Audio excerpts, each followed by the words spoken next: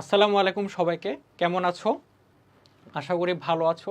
আমরা গতদিন খাদ্য পুষ্টি পরিপাক চ্যাপ্টারের কিছু অংশ আমাদের কিন্তু বাদ ছিল, ঠিক আছে। অধিকাংশ পোর্শনে আমাদের কিন্তু শেষ হয়ে গেছিল, কিন্তু আমাদের যে পরিপাক প্রণালী এবং হচ্ছে কি পৌষ্টিক গ্রন্থে আরও কি কি আছে এই টপিকটুকু আমরা আজকে হচ্ছে কভার করব। ঠিক আছে, লাস্ট দিন আমরা কটটুক পর্যন্ত শেষ করেছিলাম। আমরা পড়েছিলাম হচ্ছে পৌষ্টিক নালীতে কি কি আছে, মুখ থেকে পায়ু পর্যন্ত। এরপরে আমরা পড়েছি পৌষ্টিক গ্রন্থির মধ্যেও কি কি আছে এবং লালা গ্রন্থি সম্পর্কে কিছু আমরা কথা বলেছিলাম। আজকে আমাদের পড়ানোর টপিক কি? আজকে আমাদের পড়ানোর টপিক হচ্ছে খুবই ইম্পর্টেন্ট, কি যকৃৎ এবং অগ্নাশয়। যকৃৎ এবং হচ্ছে অগ্নাশয়, এই দুইটাই কিসের অন্তর্ভুক্ত বলতো? এই দুইটাই কিন্তু পৌষ্টিক গ্রন্থির অন্তর্ভুক্ত। তাইলে দেখো, আমরা কিন্তু স্লাইডে একটা চিত্র দেখতে পাইতেছি, ঠিক আছে।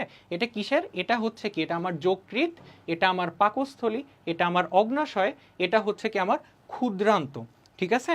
যদি আগের ক্লাসটা করে না থাকো, অবশ্যই আগের ক্লাসটা করে আসবে। ওইখানে আমরা কিন্তু পৌষ্টিক নালীর কি কি অংশ আছে সেগুলো নিয়ে আমরা কিন্তু আলোচনা করেছিলাম। তাইলে দেখো, আমরা যকৃৎ নিয়ে এখন আলোচনা করব। যকৃৎকে বলা হয় মানবদেহের সবচেয়ে বড় গ্রন্থি, ঠিক আছে। যকৃৎকে আরও কি বলা হয়? আরও বলা হয় হচ্ছে জৈব রসায়নাগার।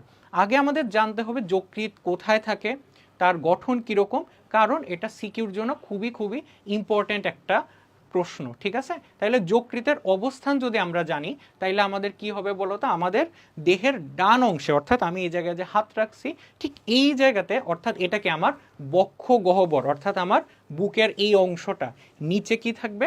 আমার কি থাকবে বলতো? উদর গহ্বর। একটু আমরা পিছনে ফিরে আসি। পিছনে ফিরে আসলে তুমি খেয়াল করো, এইটা হচ্ছে কি, যেখান থেকে আমার পাকস্থলীটা শুরু হয়েছে না, পাকস্থলী, এটা হচ্ছে কি যকৃৎ। এই যে দেখো, পাকস্থলী যকৃৎ। তাইলে পাকস্থলী যকৃতের উপরের অংশটুকু আমরা বলতেছি কি বক্ষ গহ্বর। তার নিচের পোর্শন, অর্থাৎ পাকস্থলী এবং যকৃৎ থেকে নিচ থেকে শুরু করে একদম তোমার পায়ু পর্যন্ত এই অংশটুকু হচ্ছে কি আমাদের উদর গহ্বর। উদর গহ্বরের একদম শুরুতে তুমি দেখবা, বইয়ের সাথে তোমরা একটু লাইনের সাথে মিলাও যে বইয়ের কোথায় যকৃতের পোর্শনটুকু আছে, ওইখানে লেখা আছে কি মধ্যচ্ছদার নিচে দেহের ডান অংশে। দেখো মধ্যচ্ছদা কি, এই যে আমরা বললাম যে এটা হচ্ছে আমার বক্ষ গহ্বর, এই পুরা পোর্শনটুকু আমার কি বললাম? উদর গহ্বর। বক্ষ গহ্বর এবং উদর গহ্বরকে পৃথককারী একটা পেশি আছে, ঠিক আছে। এটা একটা পেশি বা পর্দা বলতে পারো, পর্দার মতো একটা বিরাট ছাতা আকৃতির মতো এরকম একটা কি দেখা যায়? তোমার পেশি দেখা যায়, ঠিক আছে। এর নিচে থাকে কি আমার উদর গহ্বর এবং উপরে থাকে হচ্ছে কি আমার বক্ষ গহ্বর, ঠিক আছে। উদর উপরে, নিচে থাকে, সরি উদর নিচে থাকে এবং বক্ষ গহ্বর উপরে থাকে। এই যে আমি একটা পর্দার মতো জিনিস আঁকছি, এটাই অ্যাকচুয়ালি কি বলতো? ডায়াফ্রাম বা মধ্যচ্ছদা। মধ্যচ্ছদা, ঠিক আছে। তাইলে মধ্যচ্ছদার নিচে দেহের ডান অংশে যে বড় গ্রন্থিটা দেখা যায়, সেটাই কি বলতো? আমাদের যকৃৎ। তাইলে যকৃতের গঠনটা আমরা একটু জানি। তাইলে যকৃৎকে সামনে থেকে দেখলে তুমি দেখো, এখানে কিন্তু আমি একটু দাগ টেনে নিই, ঠিক আছে। এই যে এখানে একটা দাগ টেনে নিলাম, এটা হচ্ছে দেহের বা হচ্ছে কি ডান অংশ এই সাইডটা, এবং হচ্ছে এটা হচ্ছে দেহের বাম অংশ। তাইলে এই খণ্ডটার আমরা নাম দিব কি? এই খণ্ডটার নাম হচ্ছে কি, আমরা দিব বাম খণ্ড, ঠিক আছে।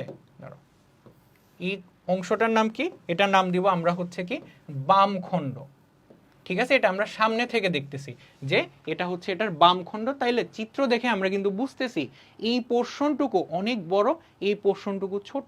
তাইলে বাম খণ্ড ছোট, এবং আমার যে ডান খণ্ড আছে, ডান খণ্ডটা কি?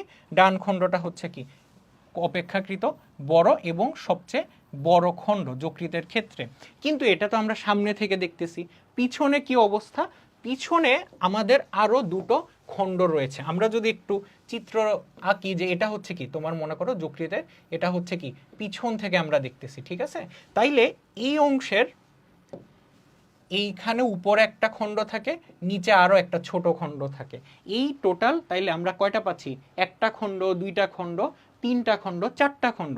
তাইলে চারটা চারটা খণ্ড নিয়ে আমার কি গঠিত, যকৃৎটা গঠিত। কিন্তু খেয়াল করে দেখো তোমাদের বইতে কিন্তু লেখা চারটি অসম্পূর্ণ খণ্ড মিলে আমার যকৃৎটা গঠিত হয়। অসম্পূর্ণ বলতে কি বোঝাচ্ছে, অর্থাৎ দেখো বাম খণ্ড ডান খণ্ড এই খণ্ডগুলো কিন্তু আমরা নিজেদের সুবিধার্থে ভাগ করে নিছি, কিন্তু অ্যাকচুয়ালি যকৃৎটা যেভাবে থাকে খণ্ডগুলো একে অপরের সাথে কি থাকে, লাগানো থাকে, অর্থাৎ কি ডিটাচড না, অর্থাৎ একে অপরের সাথে লাগানো থাকে বিধায় এদেরকে, অর্থাৎ পিছনের যে খণ্ডগুলো আছে অর্থাৎ এই খণ্ডগুলোও কি বলতো সামনের খণ্ড এদের সাথে প্রায় লাগানোই থাকে, অর্থাৎ আলাদা করে থাকে না। তাই এজন্য বলছে চারটি অসম্পূর্ণ খণ্ড নিয়ে আমার কি যকৃৎটা গঠিত। যকৃতের এইখানে দেখো আমি একটা জিনিস গোল করে এঁকে দিছি, এই অংশটার নাম কি, এই অংশের নাম হচ্ছে আমার পিত্তথলি। এই অংশের নাম হচ্ছে কি আমার পিত্তথলি, পিত্তথলি, ঠিক আছে। পিত্তথলিতে কি হয়, পিত্তথলিতে পিত্তরস জমা থাকে। এখন আসো আবার আমরা যকৃতের গঠনে যাই।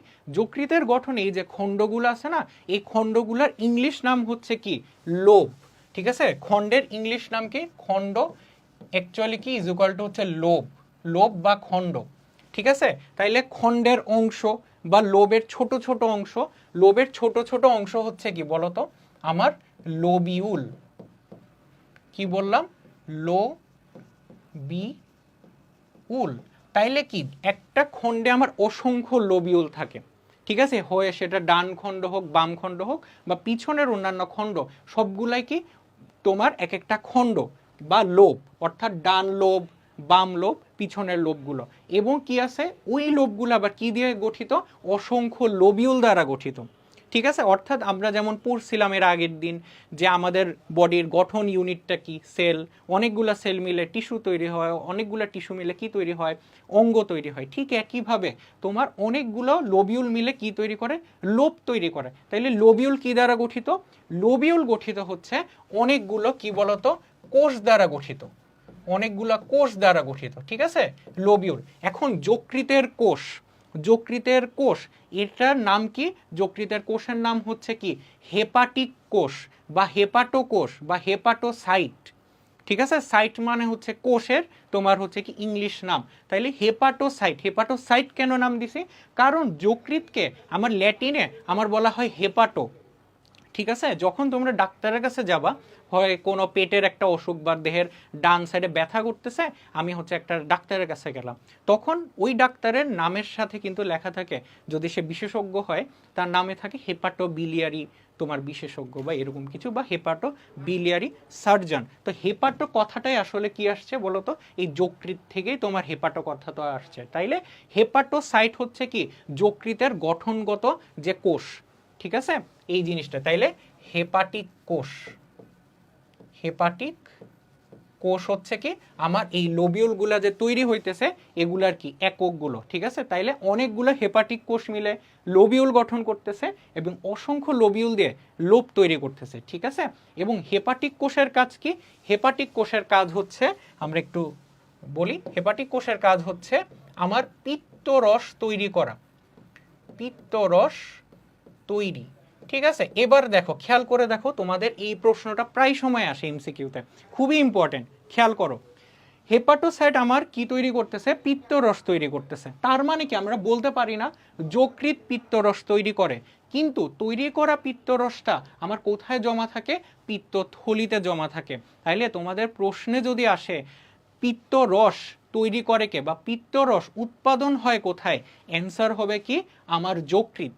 কিন্তু যদি তোমার প্রশ্নে আসে যে পিত্তরস জমা থাকে কোথায়, অ্যান্সার হবে কিন্তু পিত্তথলি। তাইলে আমি এই জিনিসটা লিখে দিচ্ছি, তাইলে কি হচ্ছে, পিত্তরস তৈরি, পিত্তরস উৎপাদন কে করতেছে, পিত্তরস উৎপাদন করতেছে আমার যকৃৎ। যদি আরো স্পেসিফিকলি বলি যে যকৃতের হেপাটিক কোষ বা হেপাটোসাইট করতেছে, ঠিক আছে। তোমাদের বইতে যেহেতু হেপাটিক কোষের কথা নাই, আমরা ডিরেক্টলি বলবো যকৃৎ কি করতেছে, পিত্তরস উৎপাদন করতেছে। কিন্তু পিত্তরস জমা থাকে কোথায়, জমা থাকে আমার কোথায়, পিত্তথলিতে, পিত্তথলি। পিত্তথলিতে, ঠিক আছে। তাইলে এই পিত্ত রসের কাজ কিন্তু আমার পরিপাকের ক্ষেত্রে লাগবে। তো আমরা আপাতত এই জিনিসটাতে জানলাম যে পিত্তথলি কি জমা রাখে, পিত্ত রস জমা রাখে, যেটা কি আমার কি ক্ষুদ্রান্তে প্রবেশ করে, ঠিক আছে। এবার আসো আমরা আরেকটা তোমার গ্রন্থির ক্ষেত্রে যাই, সেটা হচ্ছে কি অগ্নাশয়। তার আগে আমি একটা জিনিস মিস করে গেছি, যে যকৃৎকে বলা হয় কি তোমার দেহের জৈব রসায়নাগার। যকৃৎকে বলা হয় দেহের জৈব রসায়নাগার। কেন বলা হয়? কারণ আমাদের দেহের যা যা পরিপাক ঘটে, ঠিক আছে, পরিপাকের পরে যে বর্জ্যগুলো নিষ্কাশিত হয়, ঠিক আছে, আবার কি হয় বলো তো, বিভিন্ন বস্তু যে সঞ্চয় হয়, ভিটামিন বলো, সেটা বলো হচ্ছে আমার গ্লুকোজ বলো, এই যে সঞ্চয় যে ভূমিকাগুলা, এগুলাও যকৃৎ করে। আবার অনেক কিছু ভাঙ্গার ভূমিকাও সে করে, আবার বর্জ্য পদার্থ নিষ্কাশনের কাজও সে করে। তাইলে এত কাজ করতেছে, অর্থাৎ এত রাসায়নিক বিক্রিয়া ঘটতেছে, অনেকটা কি বলতেছে, এটা একটা ল্যাবের মতো, এটা একটা কেমিক্যাল ল্যাবের মতো, যেখানে কি আমার প্রায় 500 ধরনের রাসায়নিক বিক্রিয়া ঘটে, ঠিক আছে। প্রায় কত? 500 ধরনের রাসায়নিক বিক্রিয়া, 500 ধরনের, সরি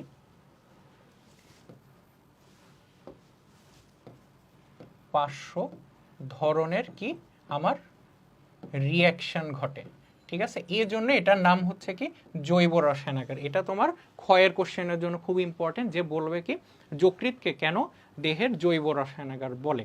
এবার আমরা আরেকটা গ্রন্থির গঠনে চলে যাই, এরপর আমরা এই যকৃৎ আর অগ্নাশয়ের কাজগুলো পড়ব। তাহলে আরেকটা গ্রন্থির কাজ নাম কি অগ্নাশয়। অগ্নাশয়টা কোথায়? এই যে দেখো, এটা হচ্ছে আমার পাকস্থলী, এটা হচ্ছে কি আমার ক্ষুদ্রান্ত।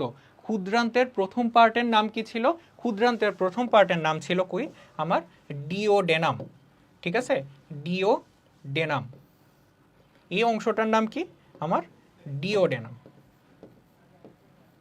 ডিওডেনাম। তাইলে দেখো, ডিওডেনাম এবং পাকস্থলীর মাঝখানে যে বাঁক বা যে বাঁকানো অংশ আছে, ওই জায়গায় যে মরিচের মতো বা পাতার মতো হলদে একটা কি গ্রন্থির আমরা নাম দেখতেছি, সেটাই হচ্ছে কি আমার অগ্নাশয়। তাইলে আমার অগ্নাশয় হচ্ছে কি এই বান্দা, ঠিক আছে, অগ্নাশয়। অগ্নাশয়, তো অগ্নাশয়ের কাজটা কি? অগ্নাশয় কি তৈরি করবে? অগ্নাশয় রস তৈরি করবে। অগ্নাশয় রসে কি থাকে? অগ্নাশয় রসে থাকবে হচ্ছে কি এনজাইম থাকবে, ঠিক আছে।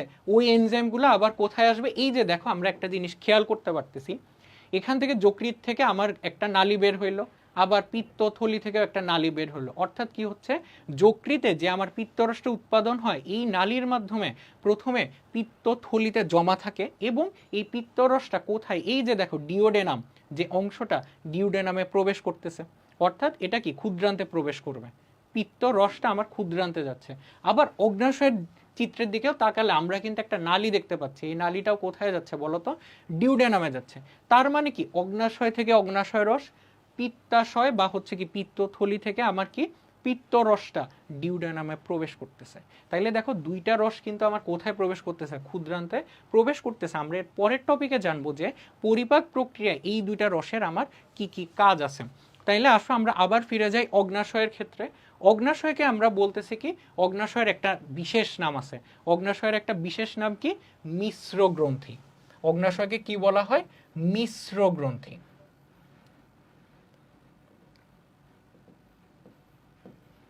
ঠিক আছে, মিশ্র গ্রন্থি মানে কি? অর্থাৎ যে গ্রন্থি থেকে একই সাথে হরমোন এবং এনজাইম উভয়ই নিঃসৃত হয়, তাকে আমরা বলতেছি কি মিশ্র গ্রন্থি। এটাও তোমার ক্ষয়ের জন্য খুব ইম্পর্টেন্ট। আমরা যে অগ্নাশয়ের রসের কথা বলতেছি, সেখানে আমার কি থাকে বলতো? অনেক প্রকার কি থাকে? এনজাইম থাকে, ঠিক আছে। এবং আমাদের এই অগ্নাশয়ের ভিতরেও আরও একটা পোর্শন বা আরও একটা অংশ আছে, যে অংশটা কি তৈরি করে? বিভিন্ন হরমোন উৎপাদন করে। তাইলে আসো আমরা একটু দেখি কি হচ্ছে তোমার অগ্নাশয়ের ক্ষেত্রে। অগ্নাশয় কি করতেছে? অগ্নাশয়কে বলা হয় কি মিশ্র গ্রন্থি। তাহলে মিশ্র গ্রন্থি বললে সে কি বুঝবা? যে একই সাথে সে এনজাইমও ক্ষরণ করে এবং একই সাথে সে কি হরমোন উৎপাদন করে,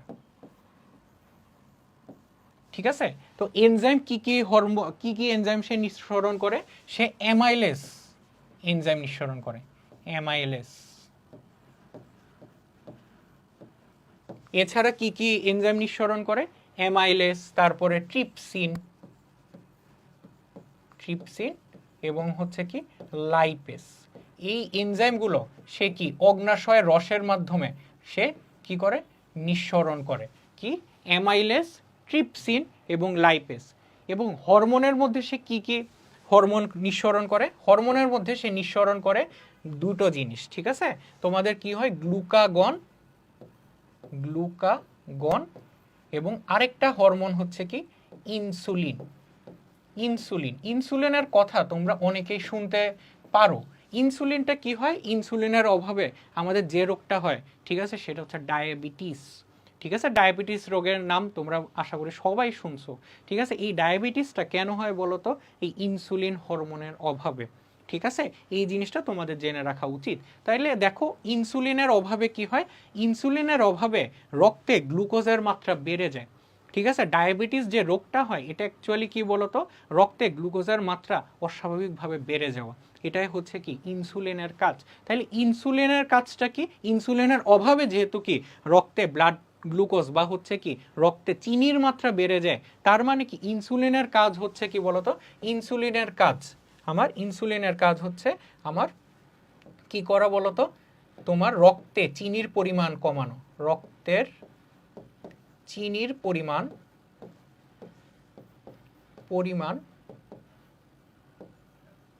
কমানো। এখন দেখো চিনি আসলে আমরা কি বলতেছি, খাবার চিনি না, আমাদের রক্তের মধ্যে যে চিনিটা যায় এটা অ্যাকচুয়ালি কি বলতো, গ্লুকোজ। আমরা গতদিন পড়ছিলাম যে আমার জটিল খাদ্যকে সরল খাদ্যে রূপান্তর করাই হচ্ছে কি ছিল, পরিপাক। ঠিক আছে, পরিপাকের ক্ষেত্রে শর্করা জাতীয় খাদ্য যখন আমার কি হয় বলতো, যখন আমার সরল খাদ্যে রূপান্তরিত হয় তখন এটা কিন্তু গ্লুকোজে রূপান্তর হয়। তাহলে রক্তে চিনির পরিমাণ কমানো হচ্ছে গ্লুকোজ বা চিনির পরিমাণ করানো হচ্ছে ইনসুলিনের কাজ। এবং গ্লুকাগন তার ঠিক অপোজিট কাজটা করে। অর্থাৎ কি করে, সে রক্তে চিনির পরিমাণ কি করে দেয়, বাড়ায় দেয়। অর্থাৎ রক্তে চিনির পরিমাণ বাড়ায় দেয়, চিনির পরিমাণ বাড়ায়। ঠিক আছে, তাইলে আমরা হরমোনের কাজটা পড়ে ফেললাম। তাইলে এখন দেখো এনজাইম আর হরমোনের মধ্যে পার্থক্য কি।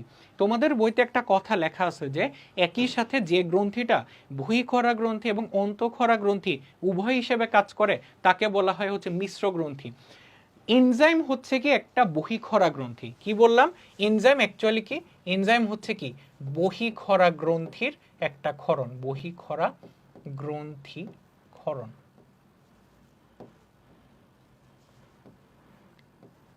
এবং হরমোন কি, হরমোন হচ্ছে অন্তঃক্ষরা গ্রন্থির ক্ষরণ, অন্তঃক্ষরা গ্রন্থির ক্ষরণ। ঠিক আছে, তাহলে হরমোন আর এনজাইমের মধ্যে আসলে পার্থক্যটা কি, বহিঃক্ষরা গ্রন্থির যে ক্ষরণগুলো সেগুলো কিসের মাধ্যমে আমার প্রকাশ পায়, এগুলা হচ্ছে কি বিভিন্ন নালীর মাধ্যমে প্রকাশ পায়। কিন্তু আমার যে অন্তঃক্ষরা গ্রন্থির ক্ষরণটা সেটা কিসের মাধ্যমে প্রকাশ পায়, সেটা প্রকাশ পায় হচ্ছে কি আমার রক্তের মাধ্যমে। অর্থাৎ হরমোন প্রবাহিত হয় রক্তের মাধ্যমে এবং এনজাইম প্রবাহিত হয় আমার কি বিভিন্ন নালীর মাধ্যমে। যেমন এক লালা গ্রন্থি, আমাদের লালা গ্রন্থির কি হয়, একটা নালী আছে যেটাকে আমার দাঁতের একদম অপোজিটে, যেটা হচ্ছে কি আমার গালের যে অংশটুকু ওইখান থেকে বের হয়। ঠিক আছে, আবার ওইটা কি প্যারোটিড গ্রন্থির ক্ষরণ। আবার সাবম্যান্ডিবুলার যে গ্রন্থি আছে ওই গ্রন্থি কি জিহ্বার নিচের যে অংশ ছোট ফুটা থাকে, বুঝছো, বোঝা যায় না অতটা, ওই ফুটা থেকে আমার কি হয় লালা গ্রন্থির ক্ষরণ বা লালাটা ক্ষরণ হয়। ওইটা কি একটা নালীযুক্ত গ্রন্থি। তাইলে আমার লালা গ্রন্থি একটা কি বহিঃক্ষরা গ্রন্থি। ঠিক, বহিঃক্ষরা গ্রন্থি কেন, যেখান থেকে আমার এনজাইম নিঃসরণ হয়। অর্থাৎ বহিঃক্ষরা গ্রন্থিটাকে আমি বলতেছি কি নালীযুক্ত গ্রন্থি, যেখান থেকে আমার এনজাইম নিঃসরণ হয়। এবং অন্তঃক্ষরা গ্রন্থি কি, অন্তঃক্ষরা গ্রন্থি যেই গ্রন্থি থেকে আমার কি রক্তের মাধ্যমে বিভিন্ন রস পরিবাহিত হবে। অর্থাৎ এটার জন্য এটাকে আমি বলতে পারি কি নালীবিহীন গ্রন্থি। তাহলে নালীবিহীন গ্রন্থির ক্ষরণ হচ্ছে কি আমার হরমোন। এখান থেকে কি কি হরমোন ক্ষরিত হয়, গ্লুকাগন এবং ইনসুলিন। ইনসুলিন কি করে, রক্তে চিনির পরিমাণ কমিয়ে দেয় এবং গ্লুকাগন কি করে, রক্তে চিনির পরিমাণ বাড়ায় দেয়। যখন ডায়াবেটিস হয় তখন ইনসুলিনের পরিমাণ অনেক কমে যায়, ফলে কি হয় বলতো, সে তার ব্লাড গ্লুকোজ লেভেল অর্থাৎ কি তার রক্তে চিনির পরিমাণ, দেখো গ্লুকাগন তো আমার কমে নেয়, তাহলে গ্লুকাগন কি করবে, রক্তে চিনির পরিমাণ বাড়ায় দিবে, ফলে তার ডায়াবেটিস হয়ে যাবে। আর আমাদের পরের যে কথা যেটা হচ্ছে কি এনজাইমের কাজগুলো কি কি, আমরা একটু পরে যে পরিপাক ক্ষেত্রে এই এনজাইমগুলো কি কি কাজ করে এগুলো আমরা দেখব। তাহলে এটাই বলতে পারো কি অগ্নাশয়ের কাজ। এবার আসো আমরা আরো একটা গুরুত্বপূর্ণ টপিকে যাই, সেটা হচ্ছে কি যকৃতের কাজ। ঠিক আছে, কি বললাম? যকৃতের কাজ।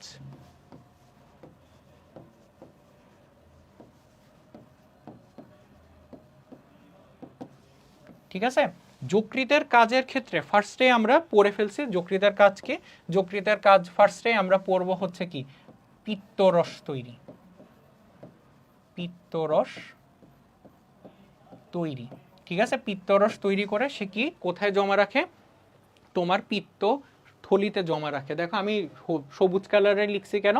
পিত্ত রসের কালার হচ্ছে গাঢ় সবুজ বর্ণের। এটা হচ্ছে কি তোমাদের একটা এমসিকিউতে আসবে।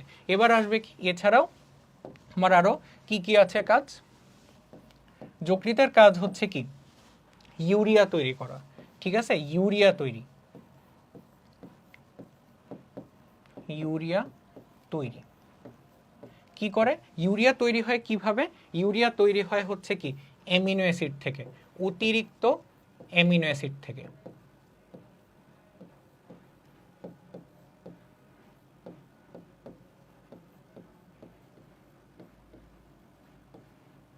ঠিক আছে, এবং থার্ড পয়েন্ট কি? থার্ড পয়েন্ট হচ্ছে কি অতিরিক্ত গ্লুকোজকে গ্লাইকোজেনে রূপান্তর। অতিরিক্ত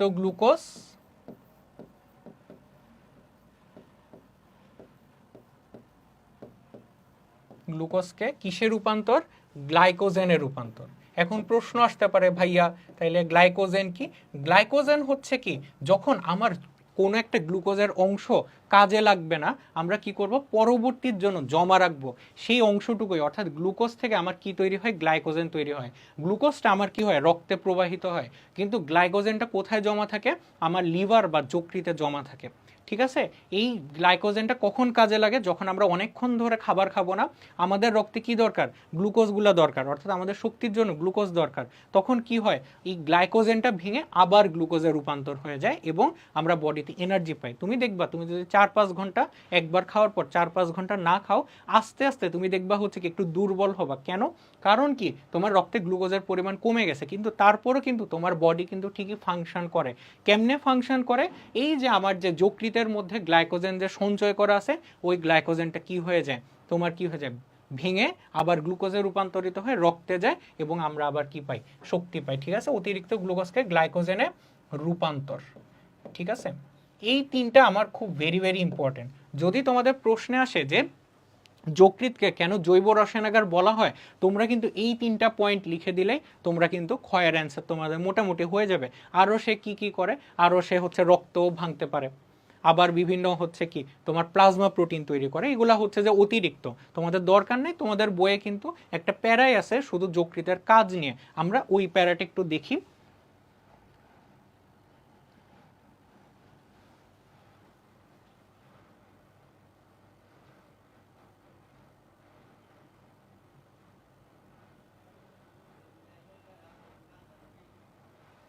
এই যে দেখো আমি কিন্তু এখানে দাগাই দিছি যে 100% গ ঘ, অর্থাৎ যকৃতের কাজটা তোমাদের জন্য ভেরি ভেরি ইম্পর্টেন্ট। ঠিক আছে, তাহলে যকৃতের কাজ হচ্ছে সে পিত্তরস তৈরি করে। আমরা লিখলাম পিত্তরসের মধ্যে কি কি জমা থাকে, লাগবে না। দেখো পিত্তরস খাদ্যের অম্লভাব প্রশমন করে এবং ক্ষারীয় পরিবেশ সৃষ্টি করে। এই কথাগুলো আমরা কিন্তু পরিপাকের প্রণালী যখন পড়বো তখন আমরা বুঝবো। দেখো এছাড়া কি কি করে? দেখো অতিরিক্ত অ্যামিনো অ্যাসিড যকৃতে আসার পরে ইউরিয়া, ইউরিক অ্যাসিড, অ্যামোনিয়া রূপে নাইট্রোজেন বর্জ্য পদার্থ তৈরি করে এবং স্নেহ পদার্থ শোষণে সহায়তা করে। ঠিক আছে, আমার কিন্তু পুরা প্যারাটাই ইম্পর্টেন্ট।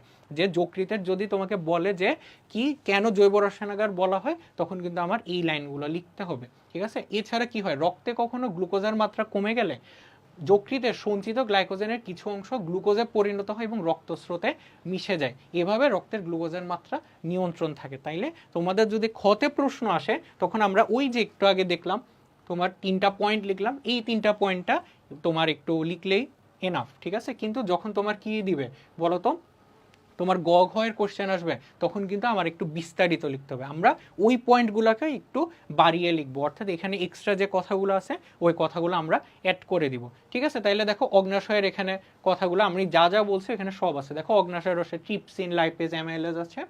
তোমার এনজাইম শর্করা, আমিষ এবং স্নেহ জাতীয় খাদ্যকে পরিপাকে সহায়তা করে, এটা হচ্ছে অগ্নাশয়ের কাজ।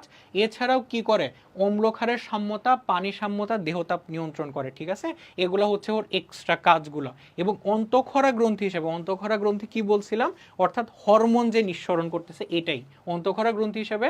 কিছু হরমোন যেমন গ্লুকাগন এবং ইনসুলিন নিঃসরণ করে। গ্লুকাগন কি করে, রক্তে গ্লুকোজের মাত্রা বা চিনির মাত্রা বাড়িয়ে দেয়, এবং ইনসুলিন কি করে, রক্তে চিনির মাত্রা কমিয়ে দেয়। তাইলে আমাদের যকৃতের গঠন, তারপরে আমার কি হচ্ছে যকৃতের কাজ, অগ্নাশয় কি, অগ্নাশয়কে কেন মিশ্র গ্রন্থি বলা হয়, অগ্নাশয়ের কাজ, এটুক পোর্শন কিন্তু আমাদের শেষ। দেখো এরপরে আরো দুইটা গ্রন্থি আছে, এই দুইটা গ্রন্থিতে আমি তেমন কিছু দাগাই নেই, কারণ জাস্ট তোমরা নামটা পড়লেই হবে যে কি হচ্ছে আমার কি কি আছে। গ্যাস্ট্রিক গ্রন্থি আছে আর আন্তরিক গ্রন্থি আছে। গ্যাস্ট্রিক গ্রন্থি আর আন্তরিক গ্রন্থি কোথায় আছে এবার আমরা একটু দেখি। এই যে দেখো আমার পাকস্থলিতে এই জায়গায় থাকবে হচ্ছে কি আমার বলতো গ্যাস্ট্রিক গ্রন্থি। গ্যাস্ট্রিক গ্রন্থি, গ্যাস্ট্রিক গ্রন্থি থেকে কি খরিত হবে, গ্যাস্ট্রিক জুস বা গ্যাস্ট্রিক রস তৈরি হবে। ওই রসের কাজগুলো কি কি আমরা পরিপাকের সময় এগুলো একসাথে করে পড়বো, তাইলে মনে থাকবে ভালো। এবং এরপরে কি ক্ষুদ্রান্ত, ক্ষুদ্রান্তের ডিউডেনাম বলো, জেজুনাম বলো বা ইলিয়াম বলো, ওইখানে কি থাকবে আমার আন্তরিক গ্রন্থি থাকে। ঠিক আছে, আন্তরিক গ্রন্থি, আন্তরিক গ্রন্থি থেকে আন্তরিক রস নিঃসরণ হয়, এবং আন্তরিক রসে আমার কি থাকে, বিভিন্ন এনজাইম থাকে। তাইলে আমার কি কি গ্রন্থি আছে, আমার কি আছে, লালা গ্রন্থি আছে। লালা গ্রন্থির পরে আমরা পড়ছিলাম হচ্ছে যকৃৎ আর অগ্নাশয়, তাইলে তিনটা হইলো। এরপরে কি গ্যাস্ট্রিক গ্রন্থি এবং হচ্ছে আন্তরিক গ্রন্থি। তাইলে আমাদের গ্রন্থির টপিকটুকু কিন্তু শেষ। এবার আসো আমরা পরের টপিকে চলে যাই। পরের টপিকটা কি, পরের টপিক হচ্ছে খাদ্য পরিপাক প্রক্রিয়া। আমরা লাস্ট দিনে পড়ে আসছিলাম পরিপাক কাকে বলে, অবশ্যই অবশ্যই ওই ক্লাসটা করবা, এটা বোঝার জন্য আমার ওই ক্লাসের কনসেপ্টটুকু আমার কিন্তু দরকার। তাইলে পরিপাক বলতে বুঝাইছিলাম জটিল খাদ্যকে সরল খাদ্যে পরিণত করা, কিসের মাধ্যমে, এনজাইম এবং বিভিন্ন হরমোনের উপস্থিতিতে। তাইলে দেখো আমার খাদ্যের পরিপাকটা তিনটা স্থানে ঘটতেছে, একটা বলতেছে আমি মুখে, একটা বলতেছি পাকস্থলিতে, আর একটা বলতেছে কি ক্ষুদ্রান্তে। ঠিক আছে, তাহলে মুখে কিভাবে পরিপাক হয় তোমরা নিজেরাও কিন্তু বুঝতে পারবা। দেখো যখন আমরা মনে করো তুমি কিছুক্ষণ, তুমি এক মুঠ ভাত খাইলা, ভাত খেয়ে তুমি চিবানোর বদলে তুমি এটা মুখে রেখে দিলা, কিছুক্ষণ পরে তুমি টের পাবা যে একটু মিষ্টি মিষ্টি লাগতেছে। কেন মিষ্টি মিষ্টি লাগতেছে, কারণ ওই ভাতের যে হচ্ছে যে কি শর্করাটা ছিল, যে জটিল শর্করা অর্থাৎ স্টার্চ ছিল, ওই স্টার্চটা আস্তে আস্তে ভাঙা স্টার্ট করছে। ভেঙে আমার যে সরল খাদ্য আমরা পড়ছিলাম গ্লুকোজ, ওই গ্লুকোজে হচ্ছে কি হচ্ছে কনভার্ট হওয়া বা হচ্ছে পরিণত হওয়া স্টার্ট করছে। এজন্যই ভাতটা একটু মিষ্টি মিষ্টি লাগে, অতটাও মিষ্টি লাগবে না, কিন্তু সামান্য হইলেও তুমি বুঝবা যে একটু টেস্টে একটা চেঞ্জ আসতেছে। তো এখানে আমার কি ঘটতেছে, আমার তোমার মুখেও এক ধরনের পরিপাক ঘটে। কিসের পরিপাক ঘটে, শর্করা জাতীয় খাদ্যের পরিপাক ঘটে। ঠিক আছে, মুখে কিসের পরিপাক ঘটে, মুখে শর্করা জাতীয় খাদ্যের পরিপাক ঘটে। আমরা গতদিন কি পড়ছিলাম, লালা গ্রন্থি নিয়ে আলোচনা করছিলাম যে তিন জোড়া লালা গ্রন্থি আছে আমার, কি প্যারোটিড গ্রন্থি, সাবলিঙ্গুয়াল গ্রন্থি এবং সাবম্যান্ডিবুলার গ্রন্থি। এই গ্রন্থি থেকে কি খরিত হয়, আমার লালা রস খরিত হয়, লালা রস খরিত হয়। লালা রসে আমার কি থাকে, তোমার বিভিন্ন জিনিস থাকে, এনজাইম থাকে, এটা অবশ্যই জানি। এছাড়াও কি থাকে, বিভিন্ন ব্যাকটেরিয়া নাশক পদার্থও থাকে, আবার কি থাকে, বিভিন্ন আয়নও থাকে। ঠিক আছে, তাহলে পানি আর লালার মধ্যে এই জায়গায় কিছু তফাৎ আছে, যে বিভিন্ন এনজাইম আছে, বিভিন্ন ব্যাকটেরিয়া নাশক পদার্থ আছে, বিভিন্ন আয়ন আছে, এ কারণে লালা পানির থেকে আলাদা, কিন্তু পানির মতো আবার কি আছে, একটু পিচ্ছিল পিচ্ছিল, লালা একটু পিচ্ছিল পিচ্ছিল, কারণ ওইখানে কি থাকে, মিউকাস থাকে। ঠিক আছে, মিউসিন থাকে, তাহলে ওইটার কারণে কি লালা একটু পিচ্ছিল হয়। কিন্তু আমাদের আজকের এখানে পড়তে হবে কি, লালার মাধ্যমে বা হচ্ছে কি মুখে আমার কিভাবে খাদ্যের পরিপাক হয়। তো খাদ্যের পরিপাকের আমরা ক্ষেত্রে কি পড়ছিলাম, যে খাদ্য দুইভাবে পরিপাক হয়, একটা হচ্ছে কি আমার যান্ত্রিক পরিপাক, আর একটা হচ্ছে কি রাসায়নিক পরিপাক। তাহলে যান্ত্রিক পরিপাকটাকে এই যে আমরা খাবার চিবাইতেছি না, খাবার চিবাইতেছি, তোমার মনে করো দাঁত দিয়ে কাটতেছি, আবার কি জিহ্বা দিয়ে তোমার যে সকল জায়গায় হচ্ছে যে কি দাঁত আছে ওই জায়গায় খাবারটা পৌঁছায় দিচ্ছে যাতে চিবানো সহজ হয়। এর ফলে কি খাবারটা ছোট ছোট ছোট ছোট কণায় আমার পরিণত হয়। খাবার ছোট ছোট কণায় পরিণত হইলে সুবিধাটা কি, আমার এনজাইমগুলো খুব সহজে তোমার কাজটা করতে পারে। তাইলে আমার যান্ত্রিক পরিপাকের মেইন উদ্দেশ্যটা কি, আমার খাবার যে হচ্ছে পরিপাকটা এটা যাতে তাড়াতাড়ি হয়। কেমনে তাড়াতাড়ি হবে, যাতে আমার এনজাইমগুলো তাড়াতাড়ি কাজ করতে পারে। তাহলে লালারসে আমাদের কি এনজাইম থাকে, লালারসে থাকবে হচ্ছে কি আমার লালারসে থাকবে আমার স্যালাইভারি অ্যামাইলেস। স্যালাইভারি অ্যামাইলেস যে কি স্যালাইভারি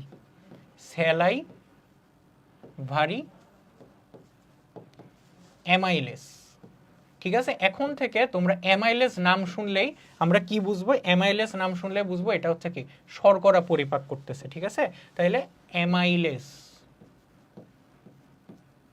বা এটার আরেকটা নাম কি বলতো, এটার আরেকটা নাম হচ্ছে কি টায়ালিন। ঠিক আছে। তাইলে লালারসে কি থাকে, স্যালাইভারি অ্যামাইলেস বা হচ্ছে কি টায়ালিন। এই এনজাইমটা কি করে, এই এনজাইমটা কাজ করে শর্করা জাতীয় খাদ্যের উপরে, অন্য খাদ্যের উপরে কাজ করে না। একটা নির্দিষ্ট এনজাইম একটা নির্দিষ্ট প্রকার বিক্রিয়াকে সে কি করতে পারে, তোমার কি প্রভাবিত করে বা নির্দিষ্ট বিক্রিয়াটাই ঘটাবে, সে অন্য কোনো বিক্রিয়া ঘটায় না, ঠিক আছে। এটা হচ্ছে এনজাইমের একটা বৈশিষ্ট্য। ঠিক একইভাবে লালারসের যে স্যালাইভারি অ্যামাইলেস বা টায়ালিন আছে, এটা কি করতেছে, শুধু শর্করা জাতীয় খাদ্যকেও সে কি করবে, পরিপাক করবে, অন্য জাতীয় খাদ্যকে পরিপাক করবে না। লালারসে যেহেতু আমার কি আছে, শুধু একটা এনজাইম আছে, এজন্য লালা রসের মাধ্যমে বা মুখে আমার কি ধরনের খাদ্যের পরিপাক হবে, শুধুমাত্র শর্করা জাতীয় খাদ্যের পরিপাক হবে। তাইলে লালা রসে আছে স্যালাইভারি অ্যামাইলেস বা টায়ালিন। এই স্যালাইভারি অ্যামাইলেস বা টায়ালিনটা কি করবে বলতো, আমার শর্করা জাতীয়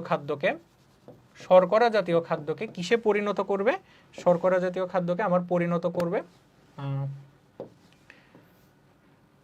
তোমার মল্টোজে পরিণত করবে, মল্টোজ। এখন বলবা ভাইয়া মল্টোজ জিনিসটা কি, মল্টোজ হচ্ছে কি, তুমি বলতে পারো কি শর্করা বা হচ্ছে কি জটিল একটা অংশের একটা কি সরল পার্ট, আংশিক সরল পার্ট বলতে পারো, ঠিক আছে। তোমাদের বইতে কিন্তু লেখা আছে যে তোমার পলিস্যাকারাইড একটা চার্ট আছে, তোমরা যদি হচ্ছে শর্করা অংশে যাও তখন ওইখানে একটা বক্স আছে, ওই চার্টে লেখা আছে যে জটিল পলিস্যাকারাইড বা হচ্ছে কি জটিল শর্করা বা হচ্ছে কি পলিস্যাকারাইড, অর্থাৎ অনেকগুলো চিনির অণুর সমষ্টি কি ছিল, পলিস্যাকারাইড। যেমন আমরা যে ভাত খাচ্ছি এটা একটা পলিস্যাকারাইড, যেমন স্টার্চ, তারপরে একটু আগে আমরা পড়লাম গ্লুকোজকে যে গ্লাইকোজেনে রূপান্তর করতেছি, গ্লাইকোজেনও কি একটা পলিমার, স্টার্চও একটা কি পলিমার। তাইলে শর্করা বা স্টার্চকে এখানে আমরা ভাত কল্পনা করতেছি যে ভাতের যে স্টার্চটা থাকে, ঠিক আছে, স্টার্চ, এই স্টার্চকে ভেঙে কিসে পরিণত করতেছে, সে মল্টোজে পরিণত করতেছে। এই মল্টোজ জিনিসটা কি ছিল, মল্টোজ ছিল একটা ডাইস্যাকারাইড, ঠিক আছে। গত ক্লাস যদি তোমরা করে থাকো তাহলে বুঝতে পারবা যে ডাইস্যাকারাইড কাকে বুঝাইতেছি, ঠিক আছে। ডাইস্যাকারাইড অর্থাৎ হচ্ছে কি ডাই মানে দুই, স্যাকারাইড মানে হচ্ছে চিনি, অর্থাৎ কি করতেছে, এই যে দুইটা গ্লুকোজ অণু মিলে আমার মল্টোজ তৈরি হয়। তাহলে এই মল্টোজটা তৈরি করাই হচ্ছে কি আমার কিসের কাজ বলতো, তোমার এই লালারসের স্যালাইভারি অ্যামাইলেস বা টায়ালিনের কাজ। এখানে আংশিক যে হচ্ছে যে মল্টোজটা তৈরি হয়, মল্টোজের কিছু অংশ গ্লুকোজের তৈরি হয়, বুঝছো, খুবই সামান্য, অতটা আমার কি না গুরুত্বপূর্ণ বা সিগনিফিক্যান্ট না। আর অন্যান্য খাদ্য কি হচ্ছে শর্করা, তারপরে আমি বাকি খাদ্যগুলোর নাম লিখি, আমিষ এবং হচ্ছে কি স্নেহ। তোমার কি লিখবো, আমিষ আর স্নেহর ব্যাপারে, আমিষ আর স্নেহর ব্যাপারে লিখবো নো পরিপাক। এখন তোমার একটা ক্ষয়ের কোশ্চেন আসতে পারে যে মুখে আমিষ এবং স্নেহ জাতীয় খাদ্যের কেন কোনো পরিপাক ঘটে না, কারণ মুখের যে এনজাইম আছে ওইখানে আমার কি আমিষ পরিপাককারী বা কোনো প্রোটিওলাইটিক এনজাইম অথবা একটা স্নেহ পরিপাককারী বা লাইপোলাইটিক এনজাইম নাই। যে আমিষ পরিপাককারী এনজাইম বা স্নেহ জাতীয় খাবার পরিপাককারী কোনো এনজাইম লালারসে উপস্থিত না থাকায় তোমার কি হয় না বলতো, মুখগহ্বরে তোমার এই জাতীয় খাদ্যের কোনো পরিপাক হয় না, শুধু কার পরিপাক হয়, শর্করা জাতীয় খাদ্য। তাইলে আমার কিন্তু মুখগহ্বরে খাদ্যের পরিপাক কিন্তু শেষ, ঠিক আছে? তাইলে মুখগহ্বরে যদি খাদ্যের পরিপাক আসে তাইলে কিভাবে তোমরা ব্যাখ্যা করবা? তোমরা ব্যাখ্যা করবা হচ্ছে কি, আমরা দাঁতের মাধ্যমে চিবিয়ে খাবারকে ছোট ছোট কণায় পরিণত করি, এরপরে আমার লালারস স্খলিত হয়, লালারসের মধ্যে কি থাকে, টায়ালিন বা স্যালাইভারি অ্যামাইলেজ থাকে, যেটা কি করে জটিল শর্করা বা হচ্ছে কি শর্করা জাতীয় খাদ্যকে মোল্টোজে রূপান্তর করে, এবং এখানে আমিষ এবং স্নেহ জাতীয় খাদ্যের কোনো পরিপাক ঘটে না। তোমরা এইরকম আমরা কি এইভাবে যে আমরা লিখছি যে তোমার একটা হচ্ছে কি বিক্রিয়া আকারে, তোমরা কিন্তু এই বিক্রিয়াটা এইভাবেই লিখবা। তোমার স্যারকে কি করতে হবে, যে বুঝাইতে হবে যে কি তোমার প্রেজেন্টেশনটা ভালো। এভাবে আমরা কিন্তু হচ্ছে কি, মনে করো তুমিও সেম লেখা লিখছো, তোমার পাশের বন্ধুও সেম লেখা লিখছে, একজন শুধু জাস্ট বলে দিল স্যালাইভারি অ্যামাইলেজ বা টায়ালিন দ্বারা আমার কি হয় বলো তো, তোমার তোমার হচ্ছে শর্করা মল্টোজে পরিণত হচ্ছে, কিন্তু আরেকজন কি জাস্ট হচ্ছে বিক্রিয়াটাই লিখে দিল। এটা আরো কি দেখায় বলো তো, বিক্রিয়াটা তোমার হচ্ছে কি বিক্রিয়া আকারে লিখলে তোমার কি দেখাবে, আরেকটু হচ্ছে কি অ্যাট্রাকটিভ দেখাবে, যাতে তোমার নাম্বারটাও বেড়ে যায় বা প্রেজেন্টেশন ভালো। তো প্রেজেন্টেশনের ব্যাপারে বায়োলজিতে খুব জোর দিবা, চিত্র আঁকার ট্রাই করবা বায়োলজিতে, ঠিক আছে? তাহলে নাম্বার বেশি পারবে। তাহলে আমার লালারসের পরিপাক প্রক্রিয়া কিন্তু শেষ। এবার আসো আমরা হচ্ছে পড়ব হচ্ছে কি পাকস্থলিতে পরিপাক, ঠিক আছে? এখন আমরা কি পড়ব, পাকস্থলিতে পরিপাক।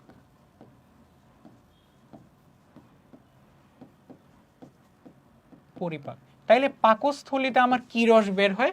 পাকস্থলিতে আমার থাকে হচ্ছে কি, পাকস্থলী বা স্টোমাকে থাকে আমার কি থাকে, গ্যাস্ট্রিক গ্রন্থি। তাহলে পাকস্থলিতে আমার কি থাকে বলতো, গ্যাস্ট্রিক গ্রন্থি।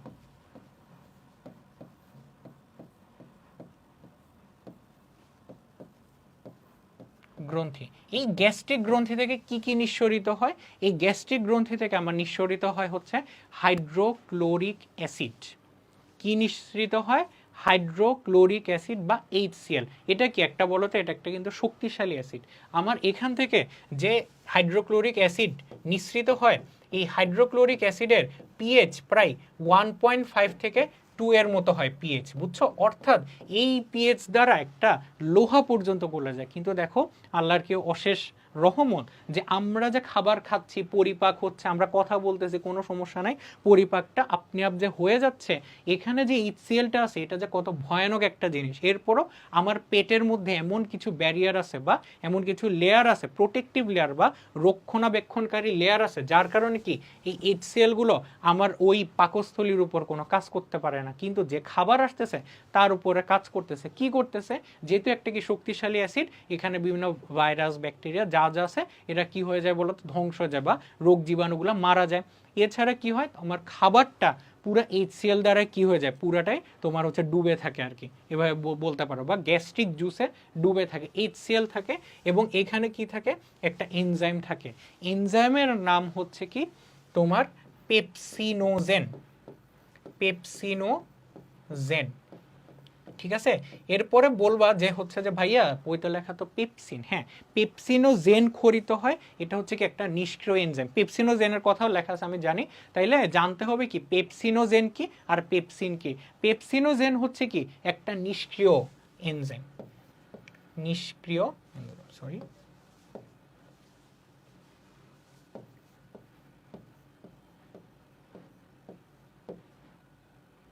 ঠিক আছে? পেপসিনোজেন কি একটা নিষ্ক্রিয় এনজাইম, একে আমার কি করতে হবে, সক্রিয় করতে হবে। তাইলে HCl কি করে, এই পেপসিনোজেনকে সক্রিয় করে। তাইলে আমরা বিক্রিয়াটা একটু লিখি, তাইলে বিক্রিয়াটা কি হবে, আমার পেপসিনোজেন, যে পেপসিনোজেন,